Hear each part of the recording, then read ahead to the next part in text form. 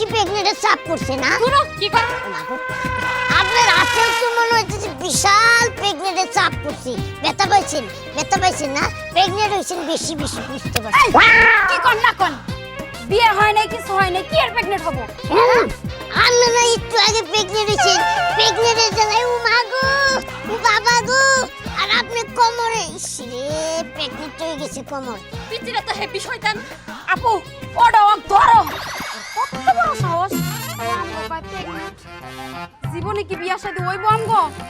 বদনাম করে হালাইছে আপু। ওঠো। ঠিকই কইছস। আমার নাকি মানদা প্রেগনেন্ট হইছে। আবার তোর কয় হাত প্রেগনেন্ট হইছে। কি দিয়ে কি কয় একটুখানি মানুষ আমাগো কি বিয়া হইব আর এই কথা জানলে? কি গন, আপনারা এত তাড়াতাড়ি প্রেগনেন্ট হয়ে গেলেন? আপনারা তো দেখে আরো বেশি বড় প্রেগনেন্ট। রাস্তাঘাটে কোনের তোলার লাগে দেখা হয়েছে, হেরাই মনে করেন যে একটু একটু প্রেগনেন্ট হয়েছে। আপনারা দিয়ে আরো বেশি প্রেগনেন্ট হয়ে গেছেন। আপু এত কথা কর দরকার নাই। ওরে দরপুরটা মাতবর আছে না, ওর কাছে নিয়ে চলো। দল ফুটটা মাত্র কেন, হ্যাঁ কি প্রেগনেন্ট নাকি? চল তোরে লয়া যাইতেছি তুই দেখবি কেডা। আমি প্রেগনেন্ট হবার চাই না। আব্বা টিপ বালা করে টিপ, হালাল করে খা। চাল গম তো আমার থেকে বেশি তুইই নে। খালি খাইবারই পারস, কাজ করা পারস না। খালি তো আমার কথাই কোন। সকিনের কথা জানেন? সকিনা কি হয়েছে? সকিনা না প্রেগনেন্ট হইছে? হায় হায় সর্বনাশ, কাণ্ড হইল কি? খালি প্রেগনেন্ট না, ওর একটা বাচ্চা হইছে ঠিক আপনার মতো। এই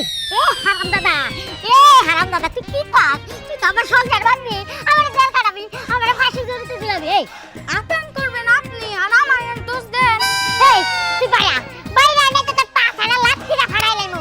মাতবার সাহেব ও বাবা কি হয়েছে আপনার?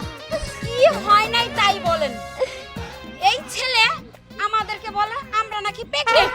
ওরে সর্বনাশ, কি খালি আমাদের বলেন এর সাথে আপনাকেও বলছে। হ্যাঁ, এখন আর একটা বিহিচ্ছে, একটা বিচার করেন। আমাদের রাস্তায় উল্টাপাল্টা কয়। আমরা কইছি মাতুব্বারের কাছে বিচার নিয়ে যাব। কই মাতুব্বারও কি প্রেগনেন্ট? হায় হায় সর্বনাশ। এই বেয়াদব ফাজিল, তুমি এটা কি কও? আমি প্রেগনেন্ট করব করে? আমি কি মহিলা মানুষ?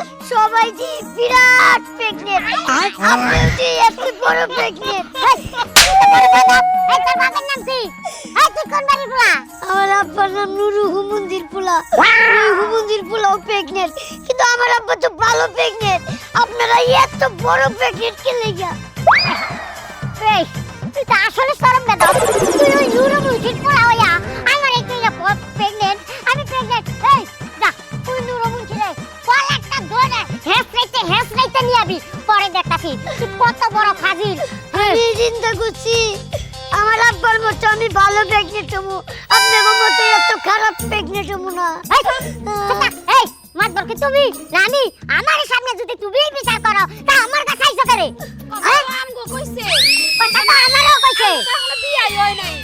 আমি কি বুঝবেন? আরে তুমি মহিলা মানুষ, প্রেগনেন্ট একদিন হইতেই পারো, কিন্তু আমি পুরুষ মানুষ, আমারে কি না হয় আমি বলে প্রেগনেন্ট।